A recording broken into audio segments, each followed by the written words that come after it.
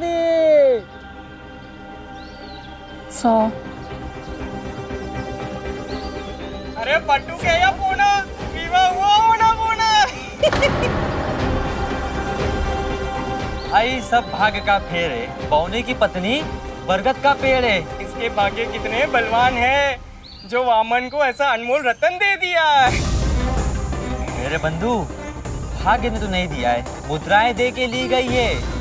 सब धन की लीला है, धन धना धन धन। माता रानी की सौगंध, पीट पीट के तुम्हारी अवस्था ढीली कर दूंगा। ऐसा वैसा मत समझना मुझको, डमरू हूँ शिव जी का, बजता नहीं सबकी बजाता हूँ। मेरा उपहास उड़ाना मतलब स्वयं प्रभु का उपहास, समझे? और ये क्या बटुक वामन बौना लगा रखा है? क्या हम लंबे नहीं हैं? तो क्या हम में प्राण नहीं है? हम ईश्वर की संतान नहीं है? हम मनुष्य नहीं है? क्या हमें दुख की अनुभूति नहीं होती? यदि हम भी तुमको मोटू और पतलू बोलूं तो तुमको कैसे अनुभूति होगी? शांत क्यों हो? उत्तर दो, लगाओ अट्ठास स्वयं पे, हैं? अरे इतना सुनने के पश्चात भी अभी तक यहीं खड़े हो? जाओ यहाँ से। और जानते नहीं, एक स्त्री के भीतर माता रानी का वास होता है, उनकी शक्ति का वास होता है। जाओ नहीं तो उनकी शक्ति का प्रयोग करके तुम्हारा जीवन दुभर कर दूंगी मैं। जाओ।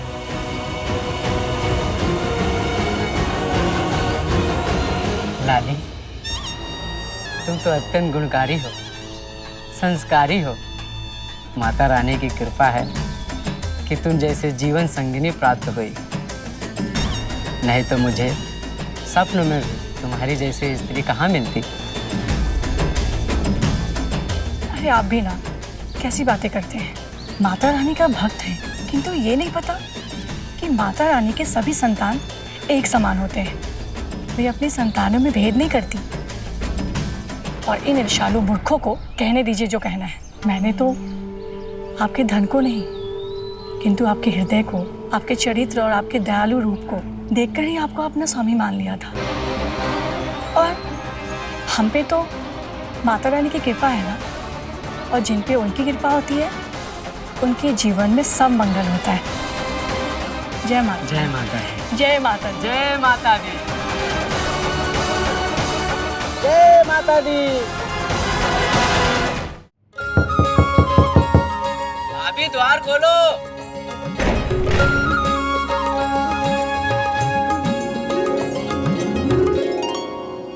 अरे डमरू,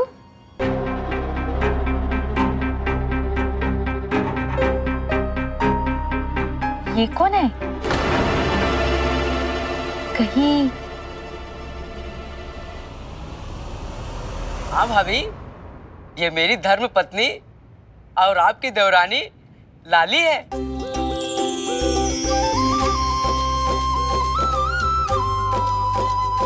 प्रणाम दीदी। डमरू, कितनी सुंदर पत्नी लेके आए हो। डमरू, देखना, ये लाली तुम्हारा भाग्य परिवर्तन कर देगी। अरे अरे, क्षमा कर देना, मैं उत्साह में ऐसे उलझ गई कि तुम दोनों को भीतर बुलाना भूल गई मैं। ठीक है, आओ अंदर आओ। अरे रुको, मैं क्षण भर में आई।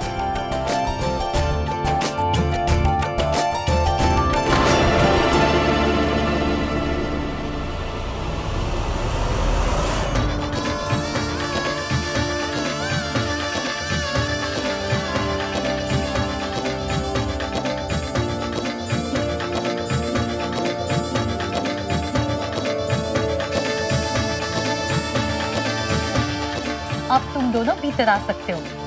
और लाली, तुम्हें देख के तो ऐसे लग रहा है कि तुम तो डमरू को गोद में ही उठा के लेके आओगी। आ जाओ।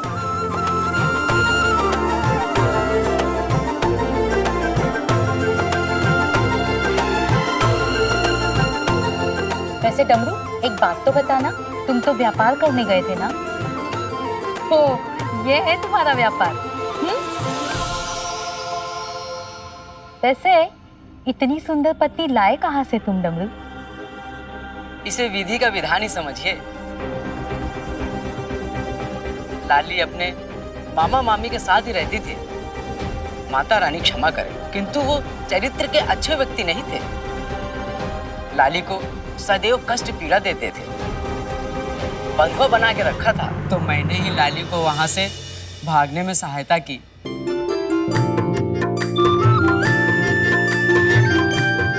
डमरू, माता रानी की कृपा तो है तुम पर, इसीलिए तो लाली की जैसी सुंदर और चरित्रवान पत्नी प्राप्त हुई है।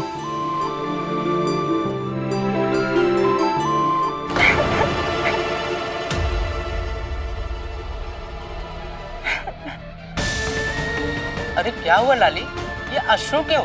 हाँ लाली, क्या हुआ? एकाएक रोना क्यों चालू कर दिया तुमने? पता नहीं मैंने कौन से जन्म में ऐसे पुण्य किए थे जो मुझे डमरू जी मिले।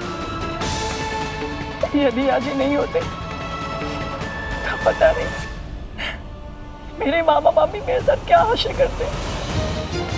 शांत हो जाओ लाली, जो किया है वो माता रानी ने ही किया है, वही सबका उद्धार करती हैं।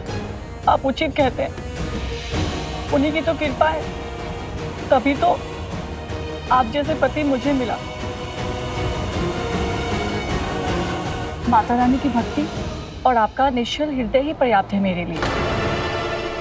और रही बात उनकी जो आपका उपहास उड़ाते हैं, वे ईर्ष्या के कारण ये सब करते हैं, क्योंकि वो आपके जैसे बिल्कुल नहीं है ना।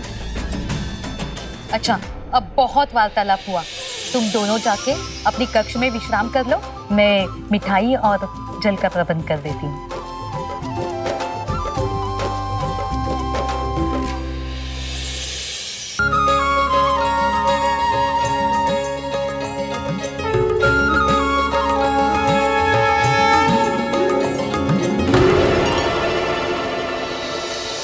अरे माता रानी,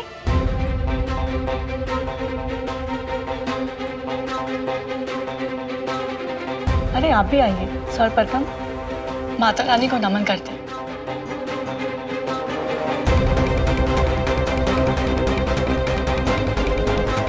हे माता रानी, हमें सदैव अपनी भक्ति का सौभाग्य दीजिएगा। हमारे समस्त परिवार की रक्षा कीजिएगा। हाँ माता रानी, सदा हमारा मार्गदर्शन कीजिएगा। हमसे इनकी सेवा में कभी कोई त्रुटि ना हो पाए। हमारा कोई भी आचरण इन्हें कभी कोई कष्ट ना पहुंचाए।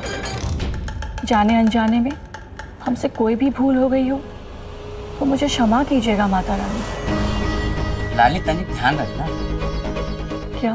माता रानी की ये छोटी सी ही मूर्ति अपने कक्ष में स्थापित कर पाया हूँ। क्या है ना, संकटा भैया मुखिया के यहाँ कार्य करते हैं, उनसे संबंधित लोग माता रानी को नहीं मानते। वो तो मैंने भाभी के समर्थन से यहाँ पर छुपा के लगाया है, अन्यथा भैया को ज्ञात हो गया तो गांव से निकाल देंगे। अभी थोड़ा विश्राम कर लो, फिर मैं तुम्हें घर दिखाता हूँ। घर देखने की क्या आवश्यकता है स्वामी? माता रानी को जो देख लिया, बस यही इनके चरणों के समीप स्थान दे दीजिए। मेरा समस्त जीवन इनकी और आपकी सेवा में व्यतीत हो जाए। तुमसे सेवा करवाऊंगा, मती मारी गई है। क्यों? माता रानी मुझे दंड देंगी। तुम यहीं ठहरो, मैं अभी आया।